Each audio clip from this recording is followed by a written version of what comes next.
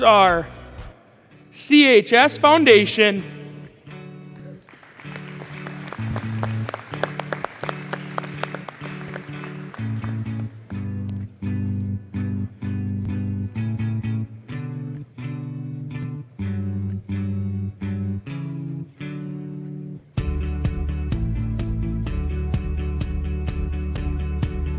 please give them a round of applause as they leave the stage.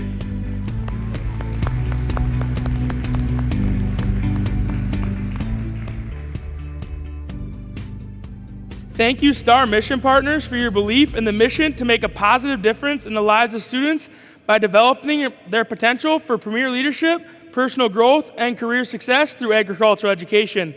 Let's thank them once more as they exit the stage.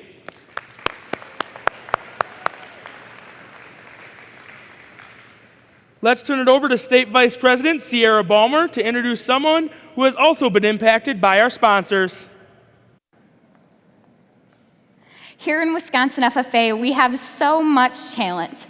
Please join me in welcoming some entertainment tonight, sponsored by our state convention partners, which you can see recognized throughout the convention.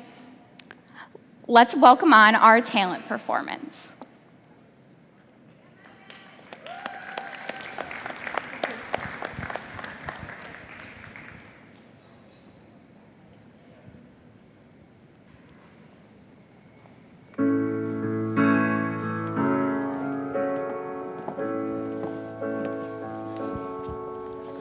I heard there was a secret chord that David played and it pleased the Lord, but you don't really care for music, do you? Well, it goes like this: the fourth, the fifth, the minor fourth, the major lift, the baffled king composing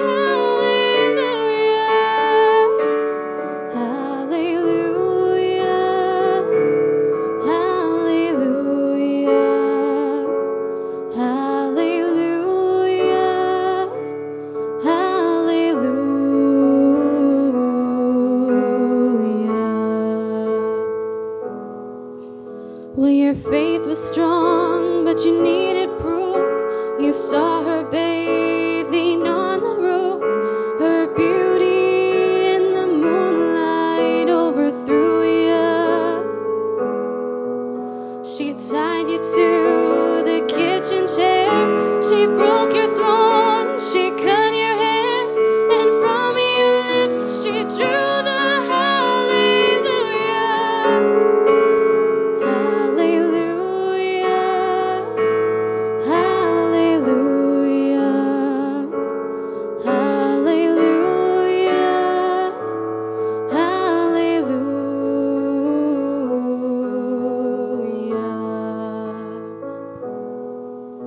well, baby, I've been here before.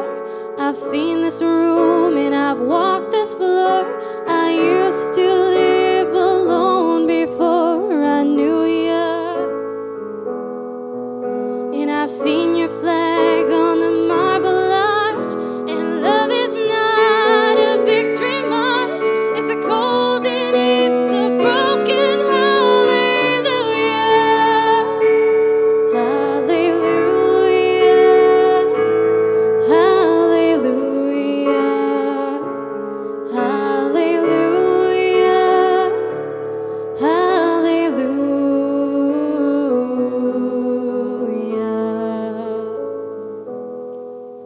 well, maybe there's a God above, but all I've ever learned from love was how to shoot somebody who outdrew you.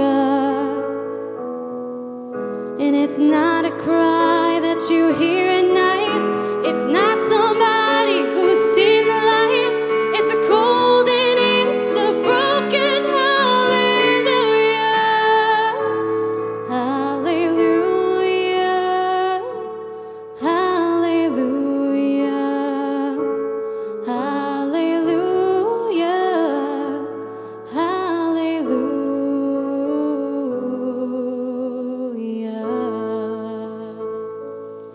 Thank you.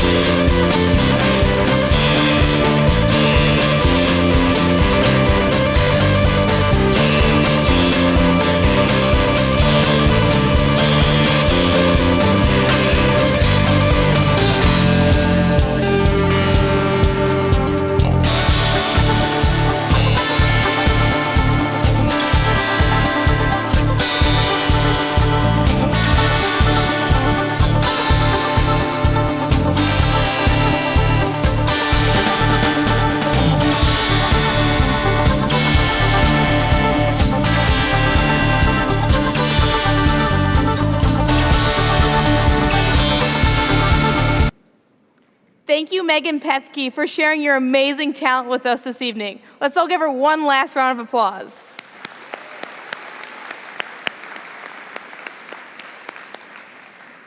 Convention is such an exciting time for FFA members across this state.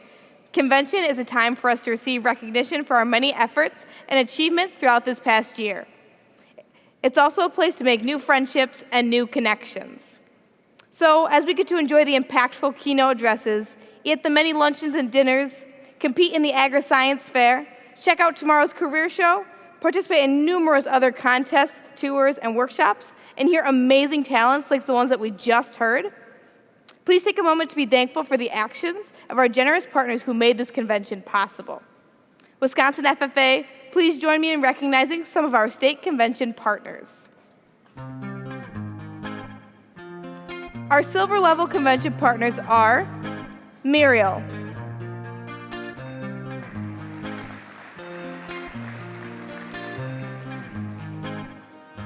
Seneca Foods Corporation,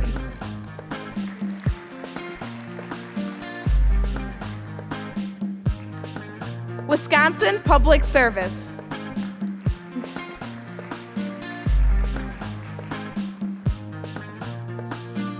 Roundy's Supermarket Incorporated,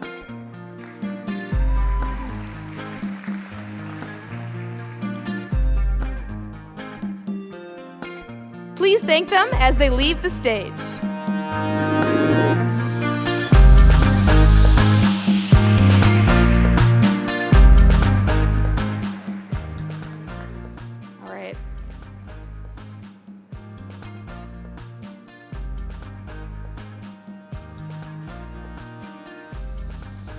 Our gold level convention partners are United States Army ROTC 3rd Brigade,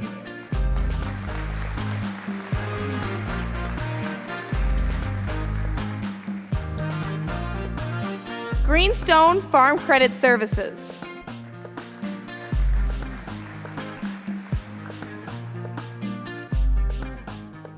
Growmark Incorporated,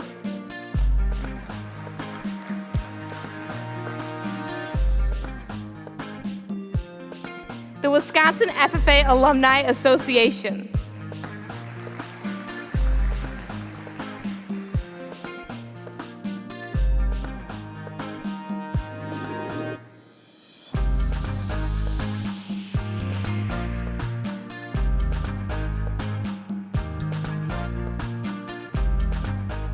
please thank them as they leave the stage.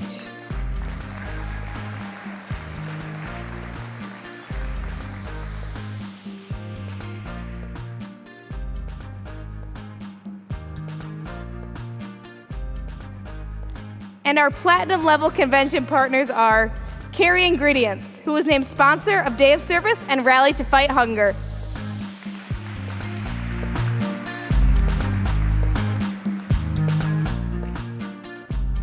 And Rank Seed, named sponsor of the State Degree Lunch and Program.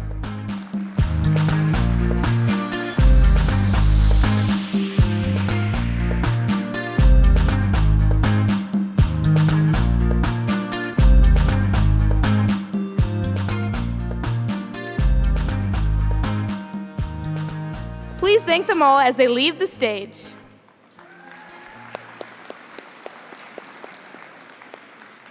Thank you to all state convention partners for the impact you create while bringing us this wonderful convention and the variety of learning activities available to members during this week. Please turn your attention to the screen for a video message from both of our platinum sponsors.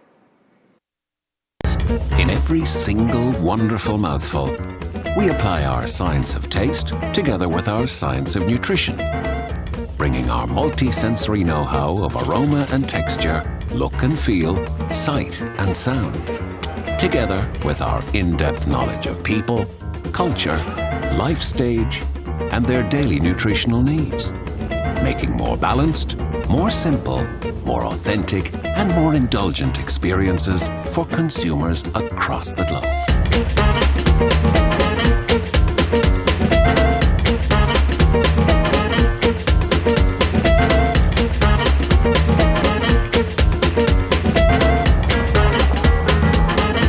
We are Kerry, the Taste and Nutrition Company. We bring a world of knowledge to every mouthful. Kerry, leading to better.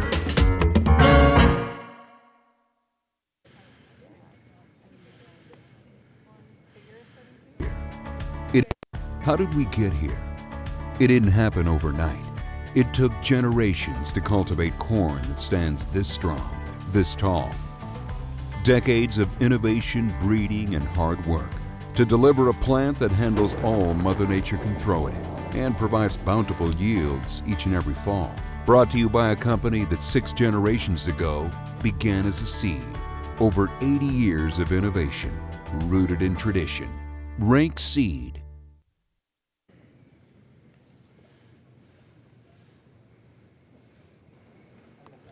Tonight, we have the privilege of acknowledging a special group of individuals who have contributed their small acts of kindness to FFA chapters across the state to create a big impact on our state association and over 20,500 members.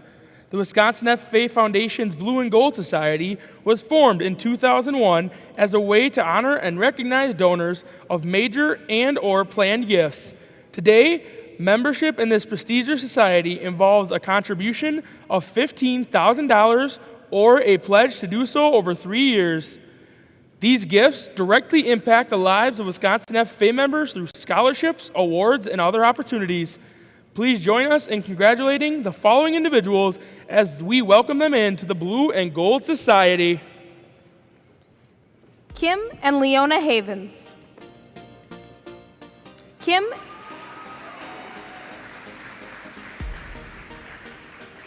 and Leona Havens both grew up at dairy farms. He near Darlington, she near Oakfield.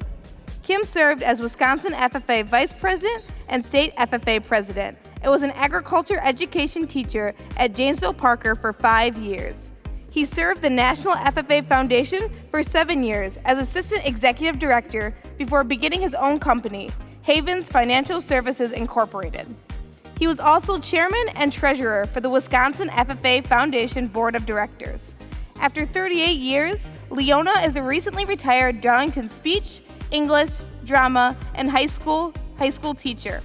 She has helped many Darlington FFA members with FFA speaking contests. Both Leona and Kim are lifetime FFA alumni members and continue to have a passion for supporting FFA. Wisconsin FFA, please help me in thanking them as they leave the stage.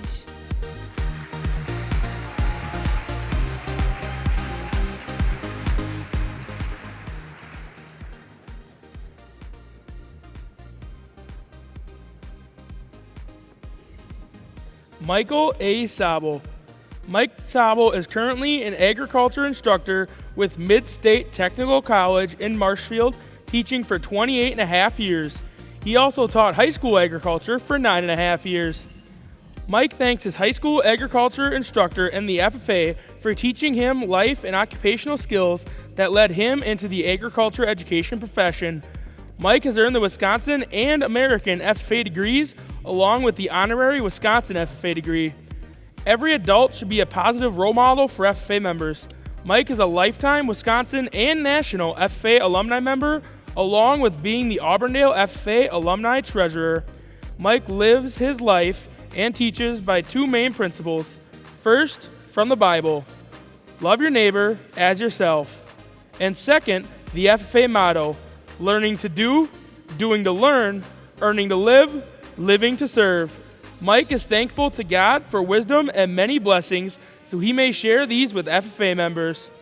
Please help us in welcoming Michael Sabo into the Blue and Gold Society.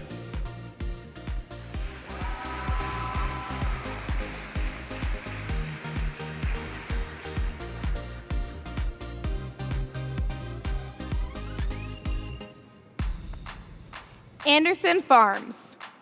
Anderson Farms is a family farm located west of Cobb, Wisconsin, in Iowa County, and has been home to Carol, Jim, Mark, and John Anderson.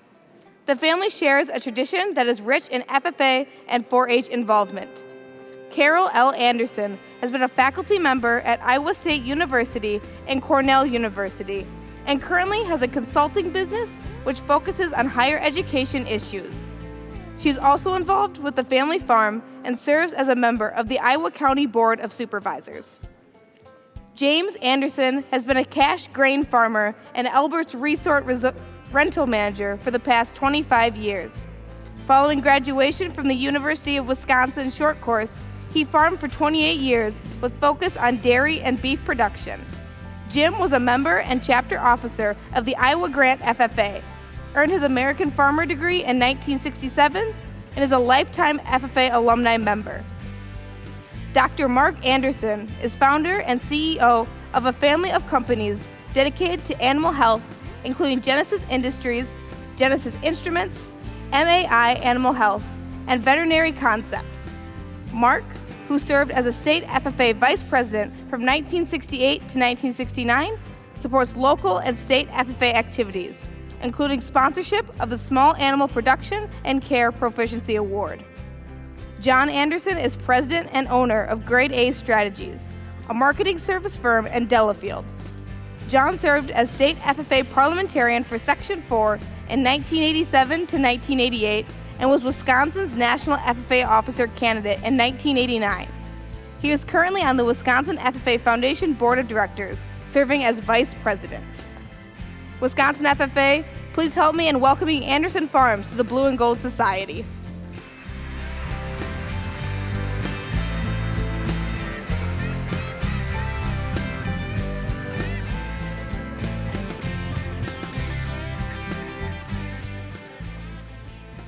Derek Papke hails from the Elkhorn FFA chapter in Section 10 and served as the state FFA treasurer in 2007-2008. He received his state FFA degree in 2006 and honorary in 2015. He then served on the Wisconsin FFA Foundation Board of Directors from 2009 to 2015, where he was active as the Development Committee Chair, as well as instrumental in the Southern Gulf Outing Committee and State Fair Auction Committee. Derek has been a vital resource to the Walworth County Farm Bureau, volunteering on its Board of Directors, Scholarship Committee, Ice Cream Tent Committee, Dairy Committee, and as the County Breakfast Chairperson. He also served on the Walworth County Fair Young Advisory Board and in all positions of the Elkhorn FFA alumni, currently as treasurer. Derek's work with the alumni has been seen through the success of the Antique Flea Market food stand and his involvement on the Elkhorn School District's Building Advisory Committee, and then on the Vote Yes Twice Committee. These two committees were able to see a $22 million referendum passed to update school buildings, which includes a new 2-part greenhouse with storage and head house space. Derek enjoys helping with State FFA Convention every year as a tour manager and can be found assisting at the halftime conference too. When he's not involved with FFA, he farms full-time with his family at CRT Papke Farms LLC in Elkhorn, along with managing rental properties and doing all the odd jobs involved with farming. His message is this: remember, FFA members, this is your time. Step up and lead. Life is not a dress rehearsal. This is your time to act and shine. You are not rehearsing for another time as a member. Take advantage of it. Wisconsin FFA, help me in welcoming Derek Papke into the Blue and Gold Society.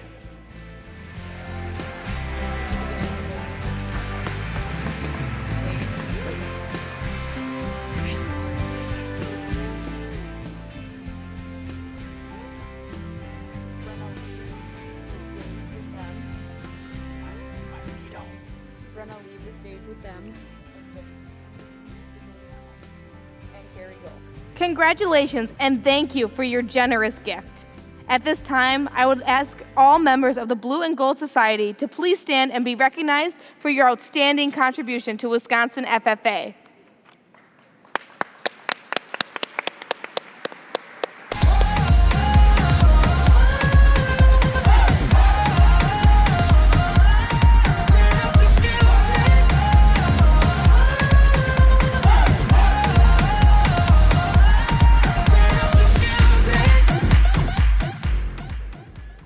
I am excited to introduce our next speaker, who holds a special place in Wisconsin FFA. She was the first female president of the Wisconsin Association of FFA in 1989-1990 and currently serves as the 2016-2017 Wisconsin FFA Foundation Board President. She grew up in South Wayne, Wisconsin, and was a member of the Blackhawk FFA, and today resides on a hobby farm in Clinton with her family and an assortment of horses. She is a generous donor and member of the Blue and Gold Society of the Wisconsin FFA Foundation, and in her day job works as the Senior Vice President and Agricultural Lender at Town Bank in Clinton. She is a lifetime Wisconsin FFA alumni member and the Clinton chapter, and a proud supporter of Wisconsin FFA in many ways, volunteering as a judge, chaperone, and wherever else she is needed. Please help me welcome to the stage the president of the Wisconsin FFA Foundation Board of Directors, Mrs. Amber Vickers-Keller.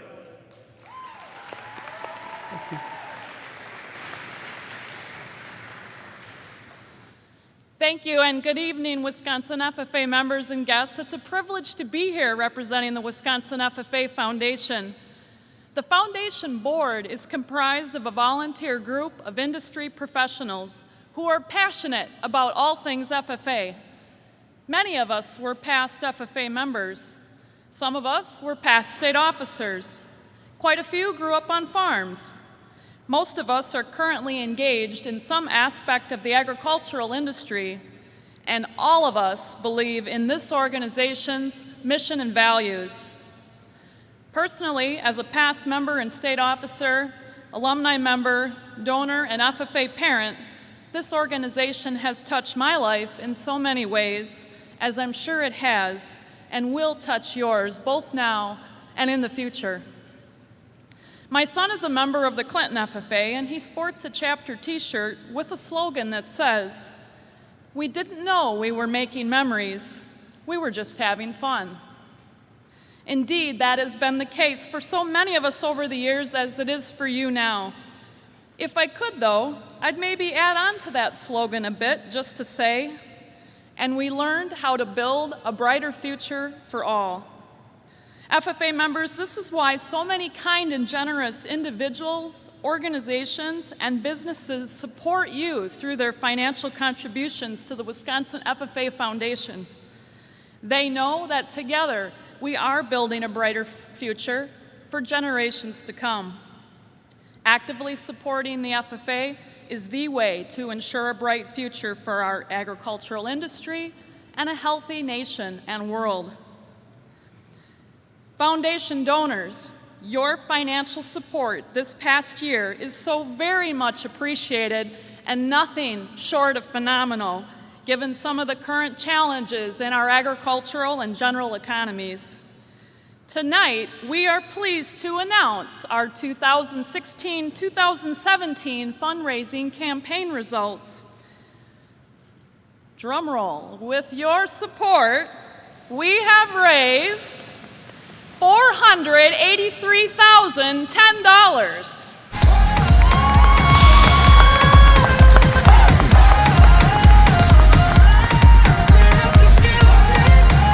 Thank you for your belief in the blue and gold by ensuring and giving your precious resources to the foundation to truly help ensure a brighter future for all. Thank you.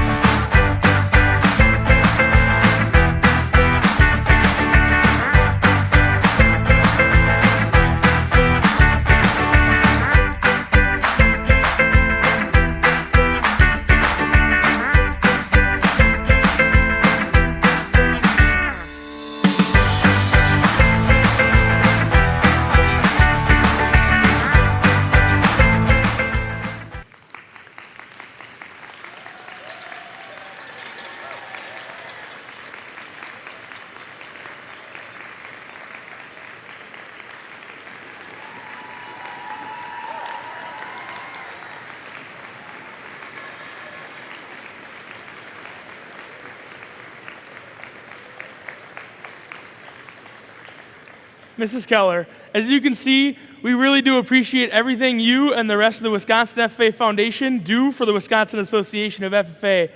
It has really been a pleasure working with you this past year, and we look forward for your continued support in the future. Please accept this gift as our token of our appreciation. Wisconsin FFA, let's give her one more round of applause as she exits the stage. Sorry, good.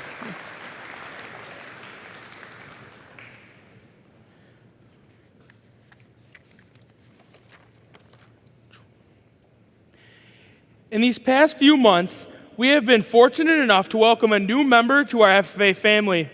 Mr. John Romiak is our new Executive Director of the Wisconsin FFA Foundation. Now, in just the short time that we've known Mr. Romiak, we've seen his passion for agriculture and his work ethic to take our foundation to new heights in the coming years.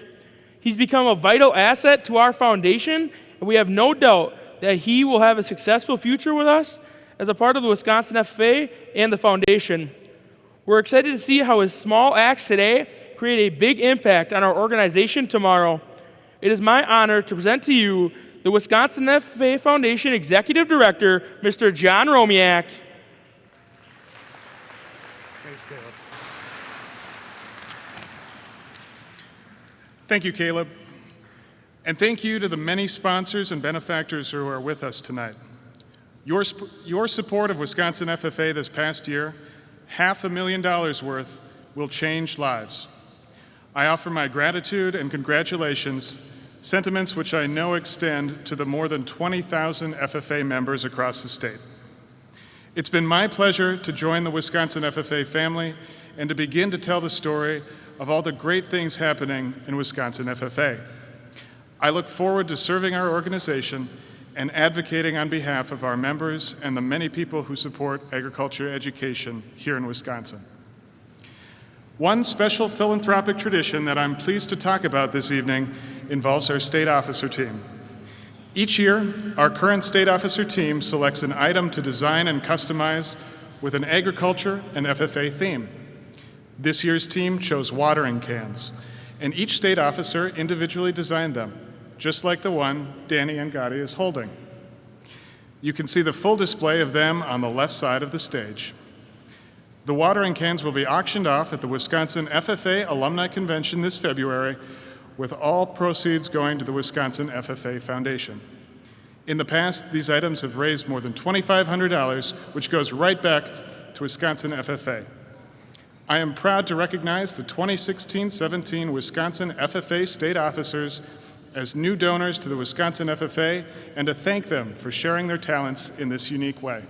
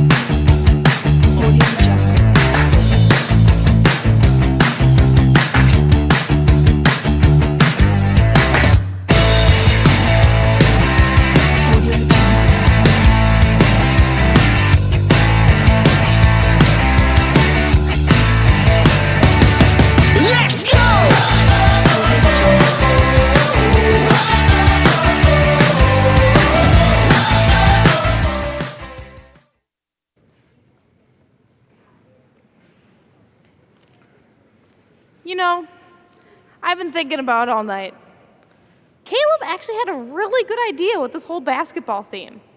I mean, in basketball, we have coaches and parents who help to support us so that we can be successful players and participants. And the same goes for FFA.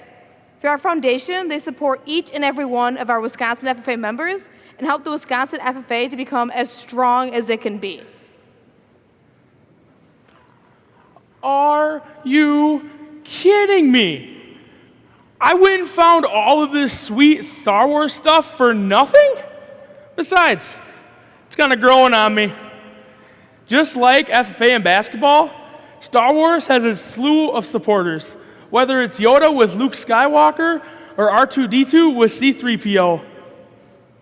Well, all that matters in the end is that we agree on our message about our partners and our foundation. Because of them, we're able to impact over 20,500 Wisconsin FFA members every single year, as well as the many community members that we serve in all of our FFA activities. Please cast your eyes to the screen as we see how the FFA Foundation has affected the lives of our students.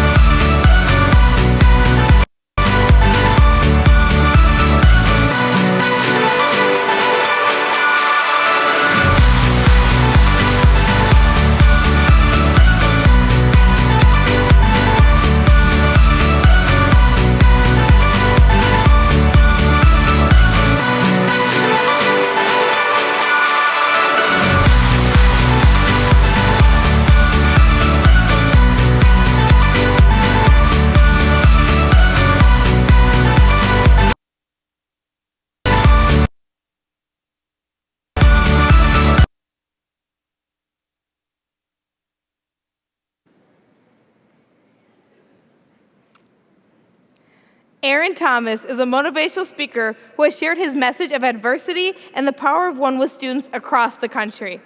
Mr. Thomas was raised in Parkersburg, Iowa, and attended Applington Parkersburg High School. After high school, he attended Drake University in Des Moines, Iowa, to play basketball, and is currently teaching and coaching at Applington Parkersburg High School. Mr. Thomas has a passion for impacting lives through his public speaking, teaching, and coaching. His passions and values follow the footsteps of his father, Ed Truck, who served alongside his son as a community leader to help rebuild their town after it was hit by a disastrous EF5 tornado. Ladies and gentlemen, please give a warm welcome to Mr. Aaron Thomas. Let's get ready to rumble!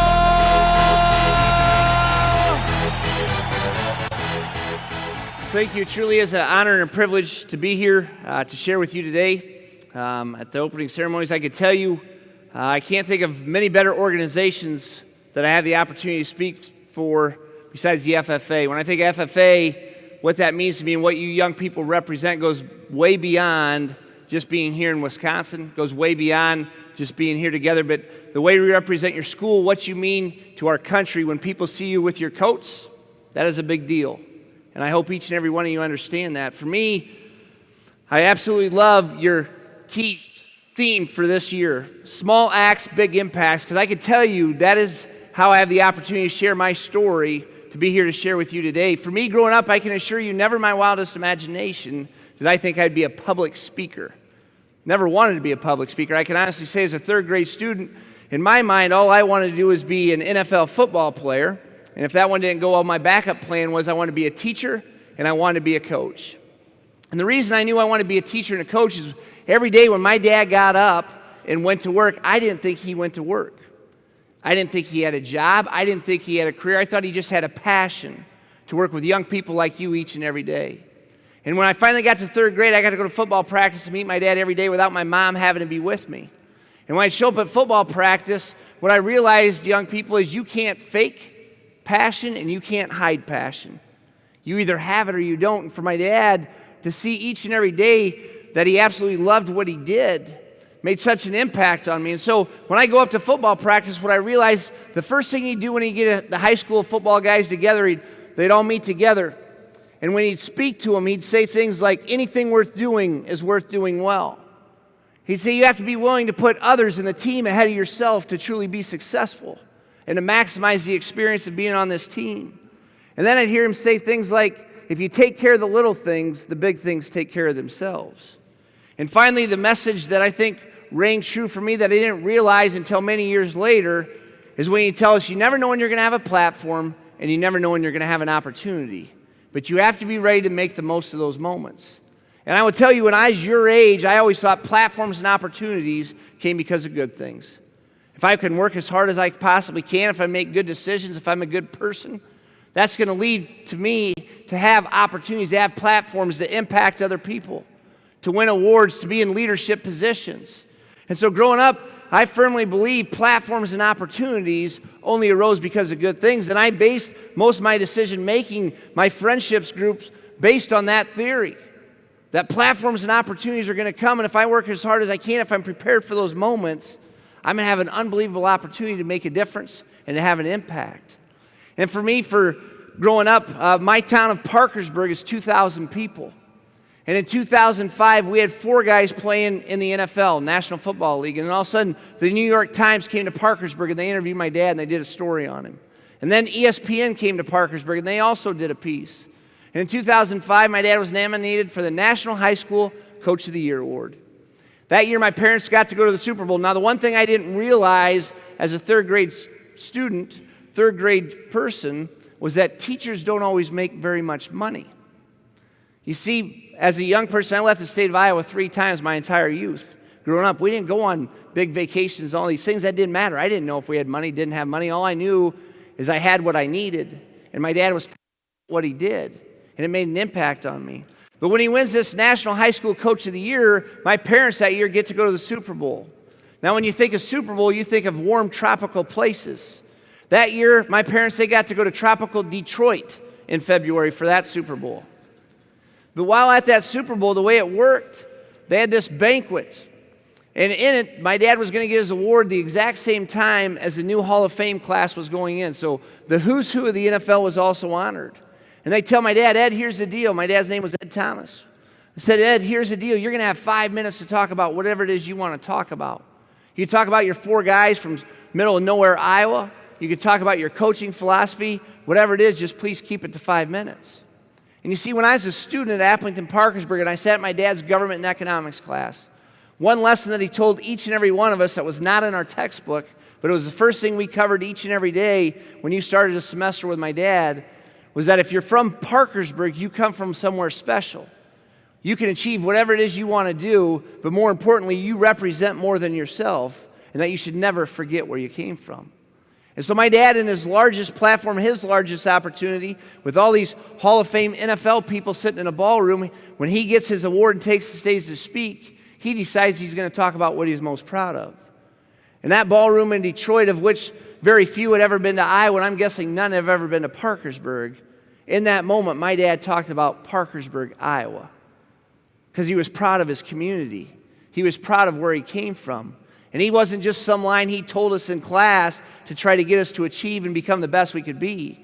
He told us because he wholeheartedly believed it. And in that moment, to hear that his largest stage, he chose to talk about our school, our somewhere special. And you see, Parkersburg wasn't always that way, but one individual believed in something special. And because he believed it and he poured into us as young people, we also believe it. Young people, I'm guessing each and every one of you could tell me what teachers in your school are real. You could tell me who in your school cares about you, who supports you, who challenges you. I hope it's your FFA advisor. My guess is for many of it is, that's why you're here. Not every school gets the representation. Not every school has advisors that now that we're on summer break is willing to take time out of their schedule for you to become the absolute best you could be. For me to have my dad set that example for me is what led me into education. Led me to be a high school principal now. First time I learned platforms and opportunities, however, weren't always because of good things, came May 25th, 2008, when our community was hit by an EF5 tornado. On that day, 1/3 of our community lost their home. Imagine 1/3 of you, everybody sitting over here in the red chairs. Actually, probably this section as well with the black chairs. Imagine a tornado coming through, taking everything you own, your house being completely destroyed. That's what happened to the students at our school. 1/3 of our town was gone. 7 people were tragically killed that day. And all of a sudden, every major news network in the entire country is showing up in Parkersburg. They show all the devastation as you see the Weather Channel and what Fox News and MSN and whoever, what they do. They go in, they show the worst devastation, and then I like to say they always try to find the village idiot to interview. Well, I don't think my dad was an idiot. He just happened to be a leader in our community for 34 years. And with the cameras in his face that day, I realized my dad was being interviewed not because of anything positive that had happened, because he was being interviewed because he lost his place of work, our high school. He lost his home and everything he owned, as did my mom lose her place of work, our city hall. And in that moment, with the cameras in his face, I'll never forget the reporters setting him up for the poor me. What are you going to do now that you've been faced with adversity? What are you going to do now that you lost your home? What are you going to do now that you lost your school and the place where you go to work every day? And I'll never forget my dad's response. He said, well, we're going to dust ourselves off, we're going to get ourselves up, and we're going to move forward. And he said, Parkersburg will be better after this tornado than it was prior to. You see, my dad was an extreme optimist. Always saw the best in other people, saw the best in opportunities and experience, and I will tell you wholeheartedly he believed Parkersburg would be better after that tornado. And after that, he had 3 goals. He wanted to play football. Our football field was completely destroyed. My dad was the football coach. He worked tirelessly that summer. In 100 days, we played football in that place, not because football mattered, because he wanted some normalcy. He told our school board and our superintendent, hey, we got to rebuild our school in 1 year so we don't lose our students and people don't move away. Imagine 1/3 of you losing your home. There's not that many rental places in a town of 2,000. So people got scattered on where they were living, but every single student remained at Applington Parkersburg High School that year. His other goal, he told my mom, he said, Jan, we need to have the first house rebuilt in Parkersburg to lead by example, to show people it's truly going to be okay. And you see, I learned a lot about adversity going and watching that tornado. I was 50 miles away, an assistant principal and athletic director at Union High School. Like I said, 50 miles down the road. And I'd come back and I'd help my parents. I'd help our community.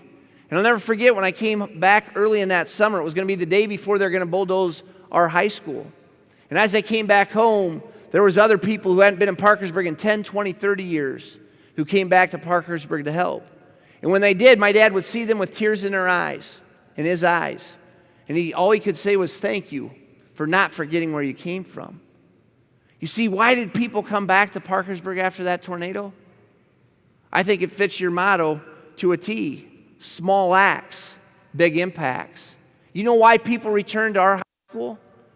Because our teachers had poured into them when they were 16, 17, 18-year-old kids. Had challenged them to become great leaders, become doctors, become lawyers, become NFL players, become great parents, become bankers, become farmers. It didn't matter. Because whatever you did it to your best of your ability. And I will tell you, that meant more to my dad. But the reason people came back to Parkersburg was your exact slogan. Small acts, big impacts. Young people, I challenge you, who are the teachers you would walk from here to your town to go help out right now? Because you know they do the same for you. That's what brought people home. Not when everything was going well and we're winning state championships or you're getting awards for this or that or you're the chapter of the year. Easy to be a part of school of that. When you need folks? During that adversity.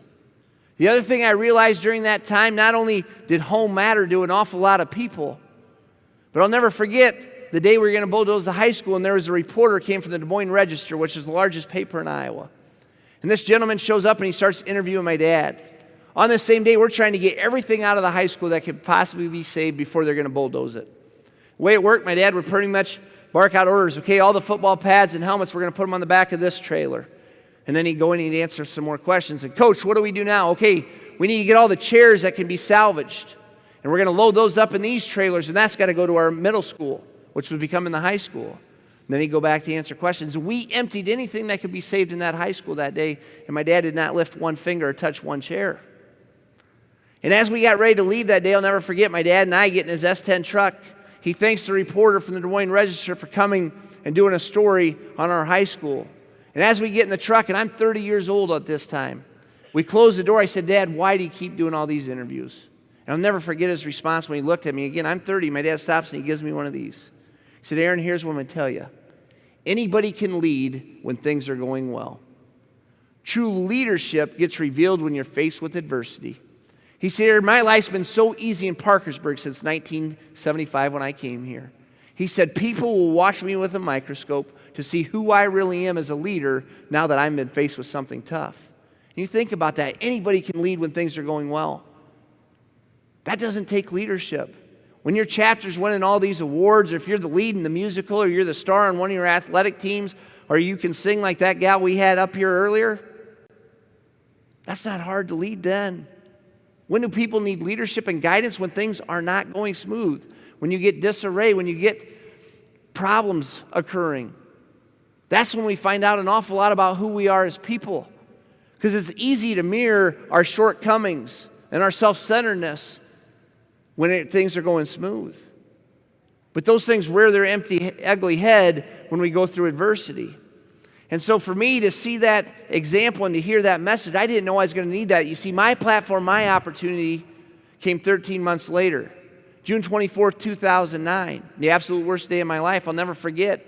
I was driving to Des Moines for a leadership conference. 7:56 that morning, my mom calls me on my cell phone. She said, Aaron, somebody came in the high school weight room and they shot your dad multiple times.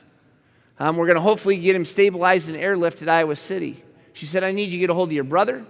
I need you to get a hold of your dad's siblings. I need you to get a hold of your grandma Thomas and let them know what's going on. So I get on the phone. My brother Todd was actually in Jamaica at a college roommate's wedding. Get a hold of him 7 minutes before he sees on CNN what had happened to our father, that he'd been shot in our weight room. Get a hold of my Uncle Greg, who's also a teacher. He takes care of getting a hold of the rest of his family. Then I get another phone call from my mom telling me just to come to the nearest hospital. And in that moment, I knew my father had passed away. She said, Aaron, if you need to, you can come to the hospital, have a couple moments with your dad. For me, I needed that. Talked to my brother 6 months later. He said, Aaron, I needed to be 13 hours away. I couldn't deal with people. I couldn't have dealt with the media that day. So I go to the hospital and I see my dad. And as we're leaving, the Department of Criminal Investigation stops my mother and I. And they said, we need a statement from your family. We need a press release. So we go, they assign us this lady, and we go back to my parents' house 30 minutes away from the hospital. 100 media people start gathering. At 3 o'clock, we have a press conference in our elementary gymnasium. This lady from the Department of Criminal Investigation starts telling us everything we should say, telling us our press release. Back to being in third grade, wanting to be just like my dad, I said, Mom, I'll go do the interview. So my platform, my opportunity came at the absolute worst day of my life. I couldn't dream up June 24, 2009. We hadn't had a murder in Parkersburg, Iowa since 1923. So never in my wildest imagination did I think I'd be experiencing something like that. But young people, I'm going to tell you, I was prepared for it. I didn't know I was prepared for it. How was I prepared? Because I had two great parents who loved me, who supported me, and when I was your age, they disciplined me, and I didn't always like it. They held me accountable. They held me to a higher standard. I came from somewhere special, and I had teachers and community members who came alongside of me, who supported me, who showed me for 13 months how you get through tough times, how you get through things you don't necessarily ask for. So in that toughest of days when I stood up there and spoke, I couldn't dream it up, but I was prepared for it. And how our family responded that day has led me to the opportunities to be here to speak with you tonight.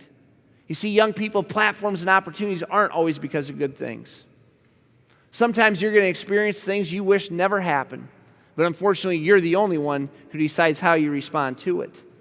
And in going through, you think about the small acts that lead to big impacts. How did I get here? How do I have an opportunity to speak? Because that day, when I stood up there to speak, I knew if my dad was going to have any kind of legacy whatsoever, it'd be how his family responded, not when everything was going well and he's winning national awards, but in the toughest of moments when he had just been murdered. And that day I stood up at our press conference. I was in complete shock what had happened. Nothing had sank in. But when I spoke that day, I tried to say exactly what my dad would have said had he been able to be there to speak for himself. See, Dave and Joan Becker are the parents of the young man, Mark Becker, who killed my parents. And Dave and Joan are very good people. And on that day, I asked for people to also pray for the Becker family, because I know that's exactly what my dad would have done had he been able to do that. I also understood if Ed Thomas was going to have any kind of legacy whatsoever, it was going to be how did his family respond in the toughest of situations. If I start pointing fingers and blaming this and talking about that and questioning all these other things, everything my dad stood for would have went right down the drain.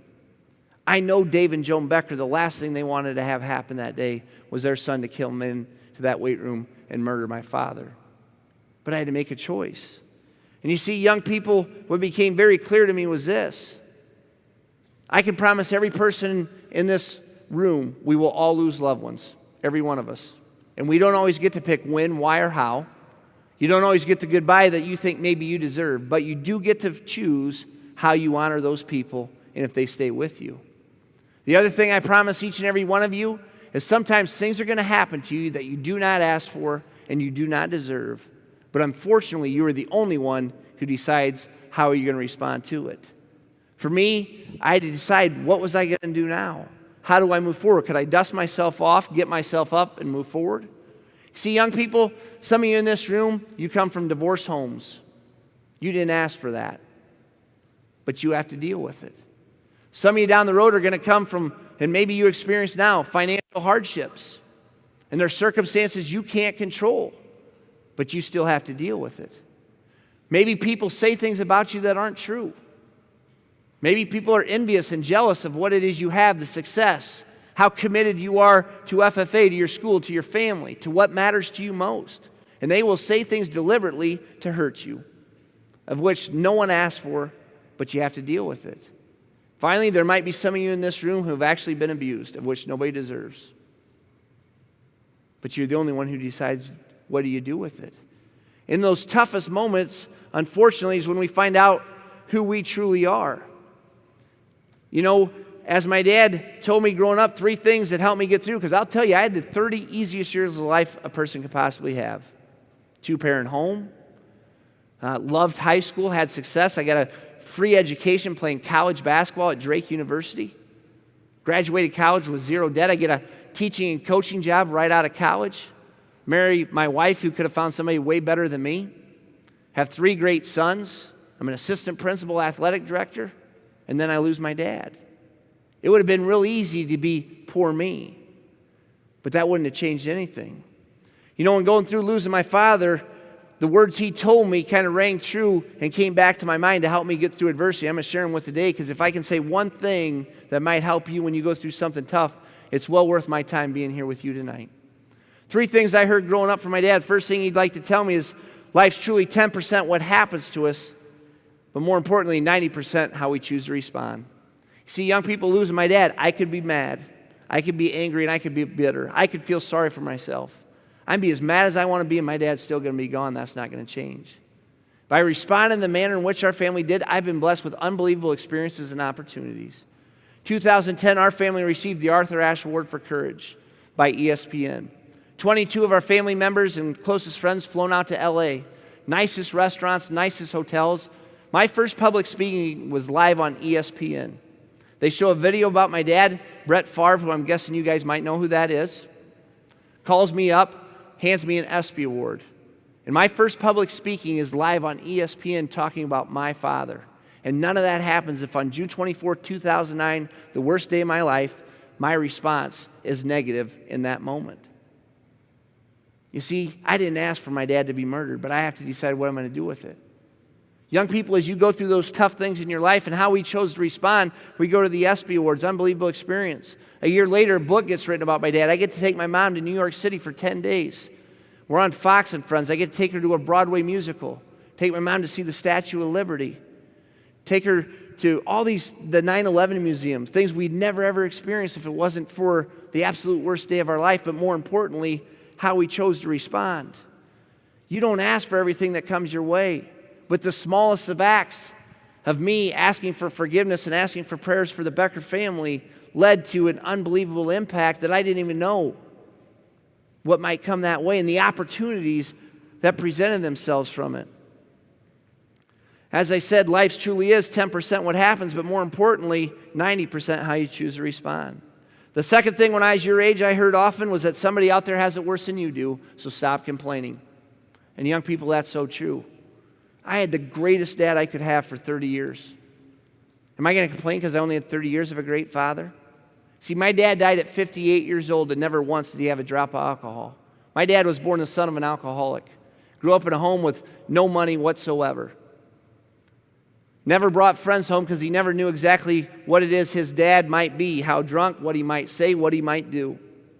At 58, my dad, like I said, died, never drank a drop of alcohol. You want to talk about a small act that had a big impact? I had a great father because he decided to be different.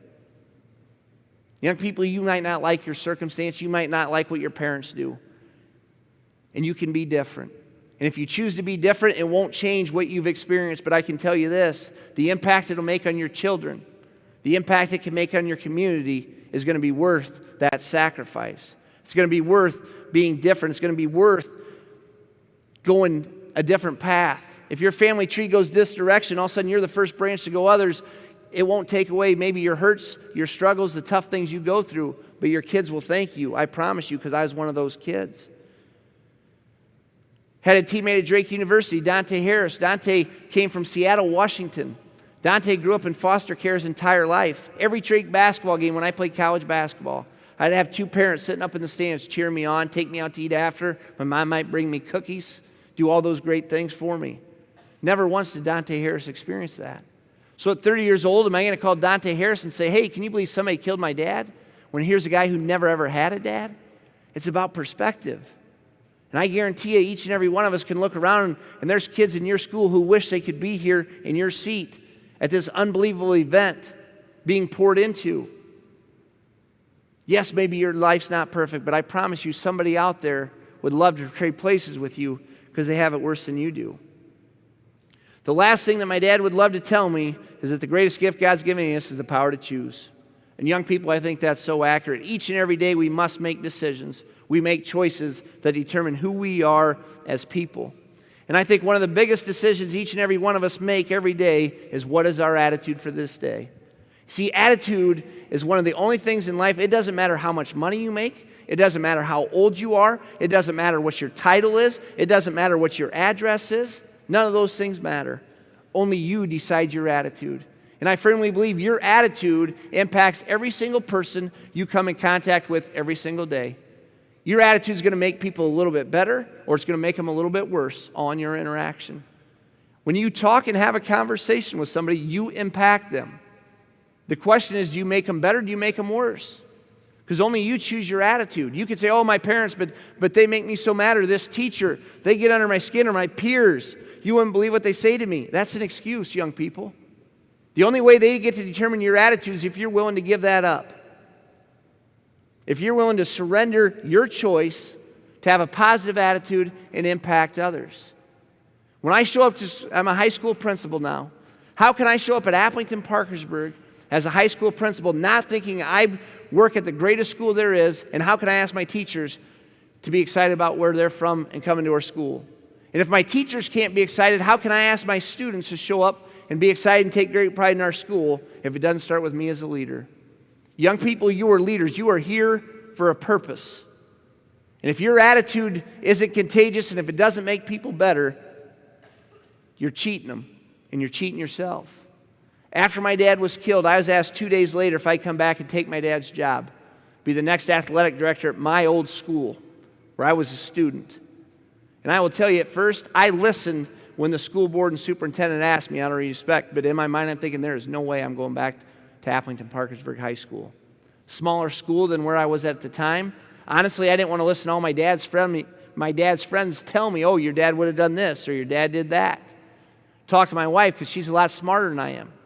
She said, Aaron, what about your mom and how much she enjoys having the grandkids around? Maybe we could go back and help her. Then we talked about, you see, June 24, 2009, when my dad was killed, there was 22 young people, 14 to 17 years old, who were in that weight room that day and experienced the entire thing. Saw my father murdered. Maybe I could go back and help them have a normal high school experience. And then in my mind, I could hear my dad's voice tell me, never forget where you came from. Was I not going to go back to Applington-Parkersburg when Applington-Parkersburg needed me the most? So I ended up taking my job, my dad's job. I'm the next athletic director. I got to go to our temporary high school, which was our middle school in Applington, get all my dad's belongings and move it to our brand new beautiful building, which was built 13 months later, just like he'd hoped. And when I step in my dad's office that day, I find this piece of paper taped to the wall. And I pick it up and I start reading it. It says this, it says attitude. It says, the longer I live, the more I realize the impact of attitude on life. Attitude to me is more important than facts. It is more important than the past, than education, than money, than circumstance, than failure, than successes, than what other people think, say, or do. It is more important than appearance, giftedness, or skill. It will make or break a company, a church, or a home.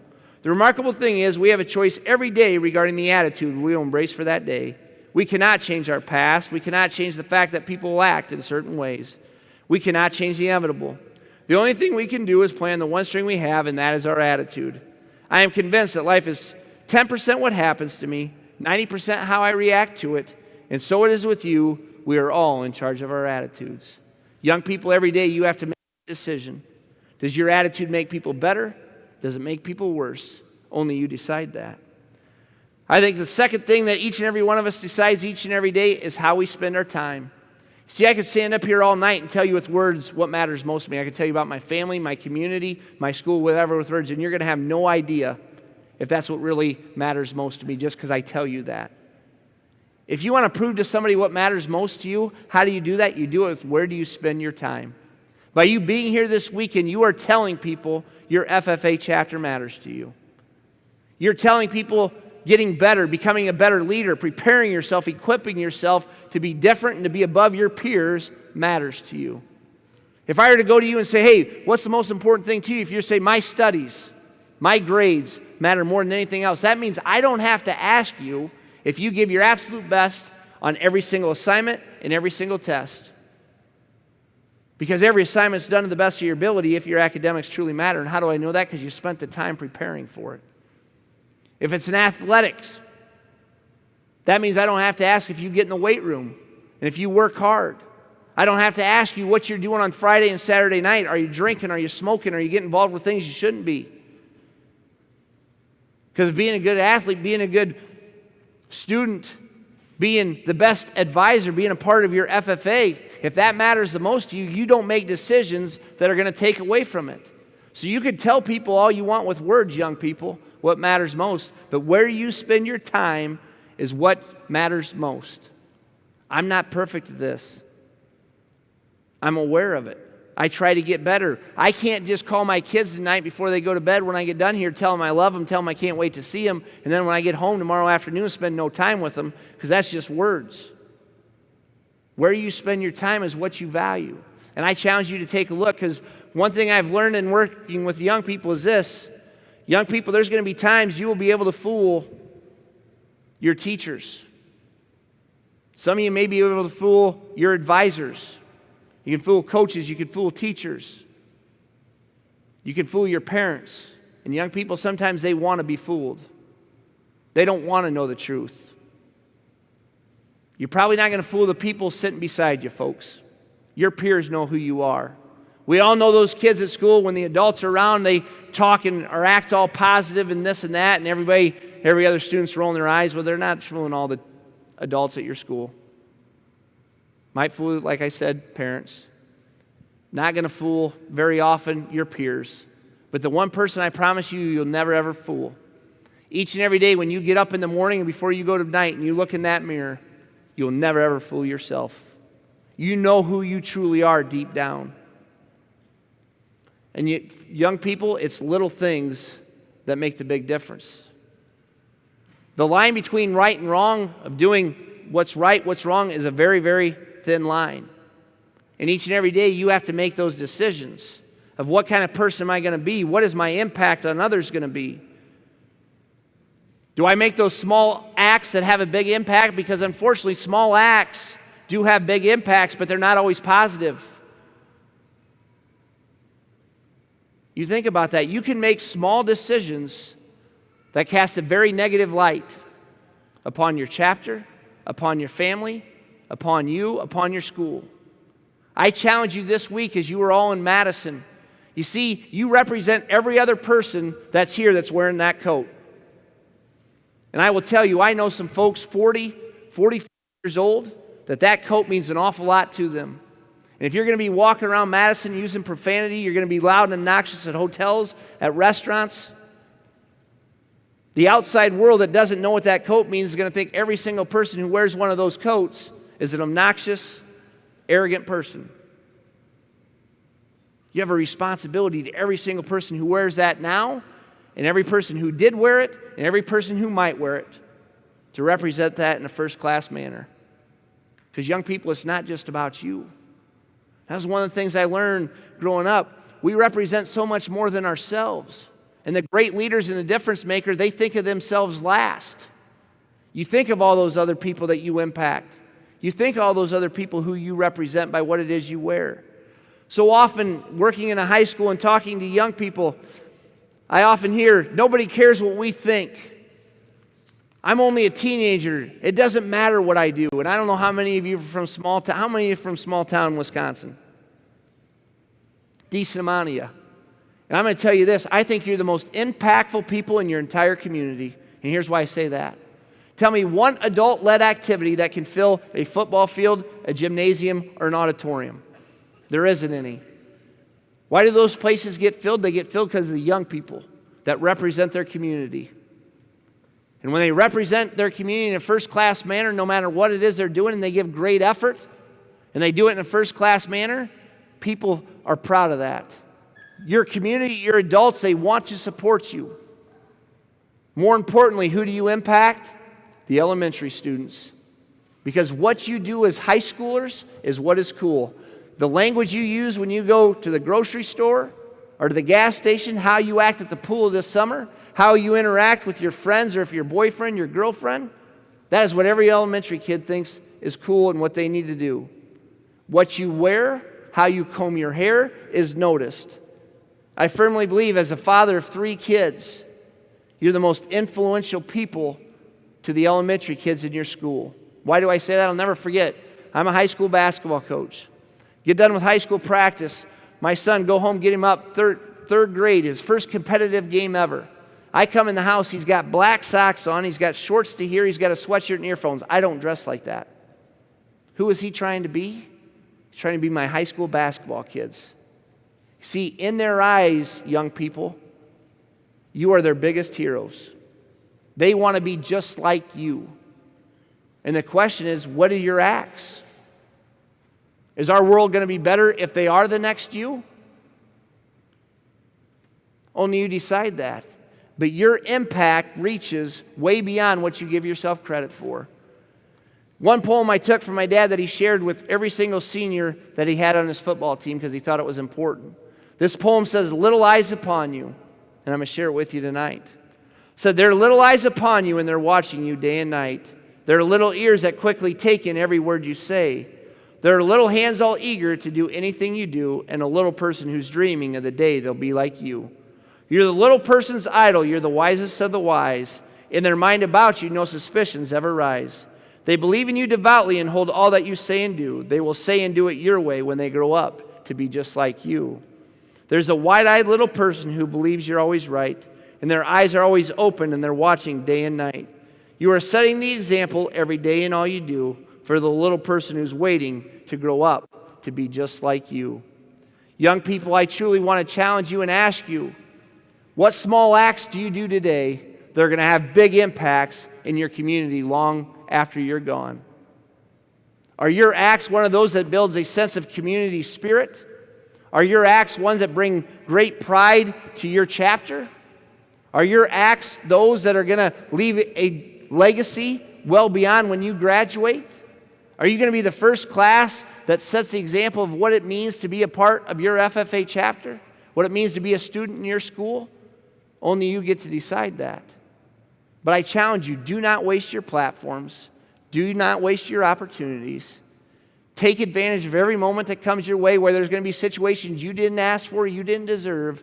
You're the only one who gets to decide what do you do with it.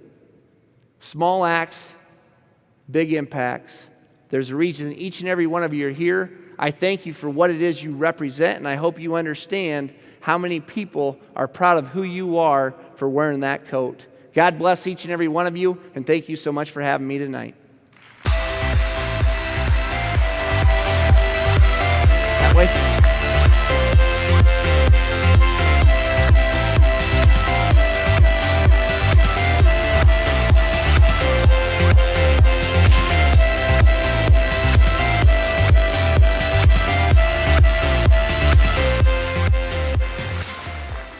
Thank you, Mr. Thomas, for your powerful words of wisdom that inspire and motivate us to push through adversity every day in our lives. Through your stories, we see there's a glimmer of hope even in the darkest of times. On behalf of 20,500 FFA members, I'd like to present you a gift of our appreciation. Thank you so much. Thank you so much.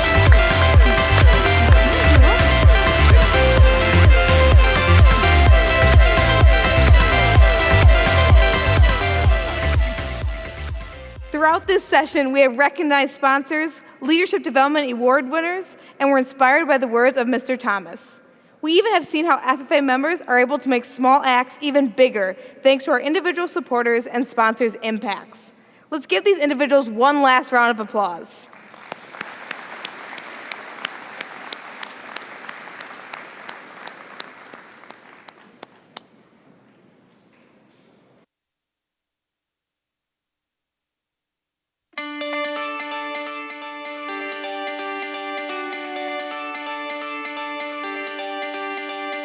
I ain't too sure what I believe in, but I believe in what I see. And when I close my eyes, I see my whole life ahead of me. These are ours.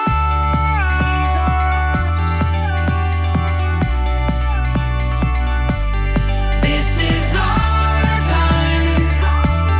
This is our time. These are ours.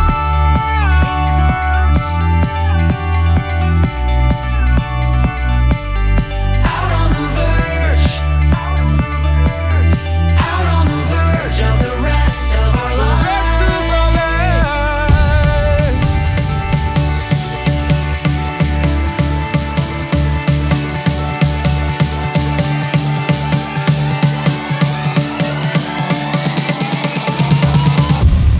Out on the verge of the rest of our lives tonight. Top of the world and we're dressed to the nines tonight. Edge of the earth and we're touching the sky tonight. Out on the verge of the rest of our lives.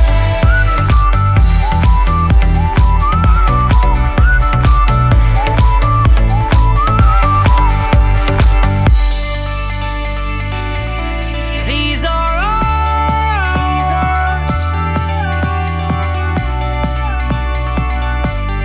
This is our time.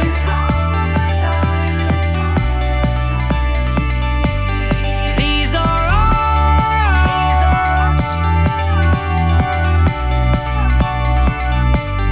Out on the verge. Out on the verge. Out on the verge of the rest of our lives. Out on the verge of the rest of our lives tonight. Top of the world and we're dressed to the nines tonight. Edge of the earth and we're touching the sky tonight. Out on the verge of the rest of our lives.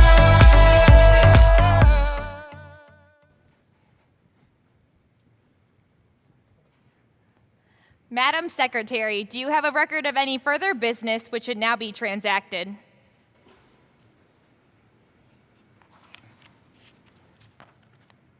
I have a few items, Madam President.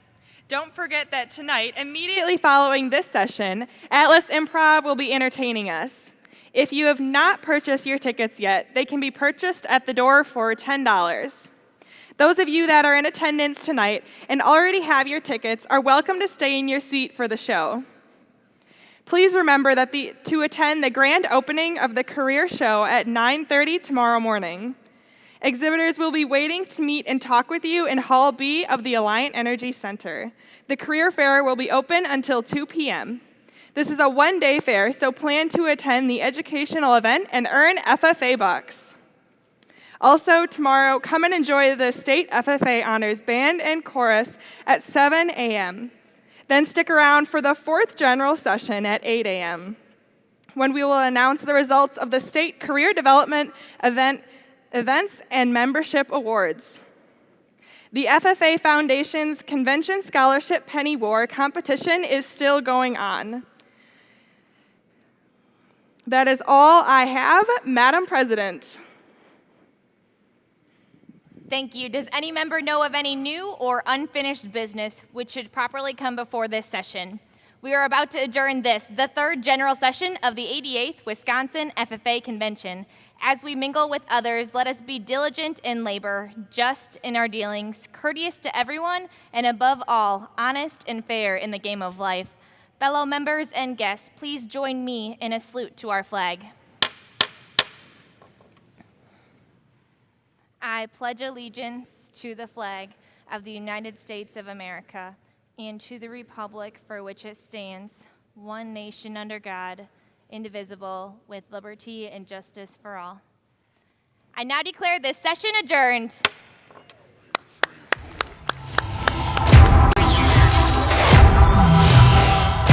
I've been transformed, never going back. I've been transformed, never going back, better than before, never going back. I've been transformed, never going back. This means war, ready for all that. I've been transformed, never going back, better than before, time to react. This means war, ready to attack. I've been transformed. Funny how everything changed, new mainframe. Now I got life in my veins. I've been reborn, far from the norm. My soul transformed. We are connected, brand new perspective. Synchronized, digitized, so non-reflective. Served and protected, locked in, I'm loaded. This stuff is perfected. All alone, I'm a one-man army. Oh, but with you, I stand a trillion strong. I've been transformed, never going back, better than before, time to react. This means war, ready to attack. I've been transformed. I've been transformed, never going back, better than before, time to react. This means war, ready to attack. I've been transformed. Picture me, paper in the hands of my creator. My creator, press and frying creams, origami, caterpillar cocoon, butterfly by noon, shape shifting the clouds to beautiful blossom bloom. Perspective, color corrected, beyond the science of human genetics. Served and protected, locked in, I'm loaded, this stuff is perfected. All alone, I'm a one-man army. Oh, but with you, I stand a trillion strong. I've been transformed, never going back, better than before, time to react. This means war, ready to attack. I've been transformed. I've been transformed, never going back, better than before, time to react. This means war, ready to attack. I've been transformed. I've been transformed, never going back, better than before, never going back. I've been transformed, never going back. This means war, ready for all that. I've been transformed, never going back, better than before, never going back. I've been transformed, never going back. This means war, ready for all that. I've been transformed, never going back, better than before, time to react. This means war, ready to attack. I've been transformed. I've been transformed, never going back, better than before, time to react. This means war, ready to attack. I've been transformed. I've been transformed. I've been transformed, never going back.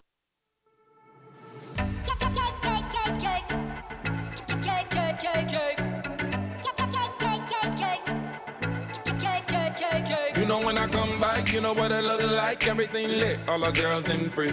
Everybody inside, sipping on a good time. You ain't got a risk, they can put it on me. When they wanna go, they know all my money show. I don't ever get it one way, yeah. Spin it and I get it same day, but hey. I didn't come here to party. I didn't come here to stay.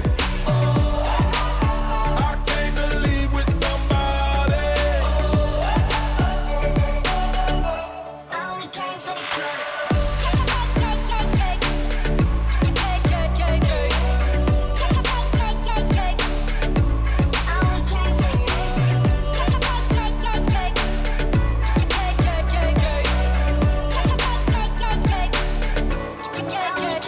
You know what I came for? I'ma throw a bankroll. You ain't gotta flex, got your mind on me.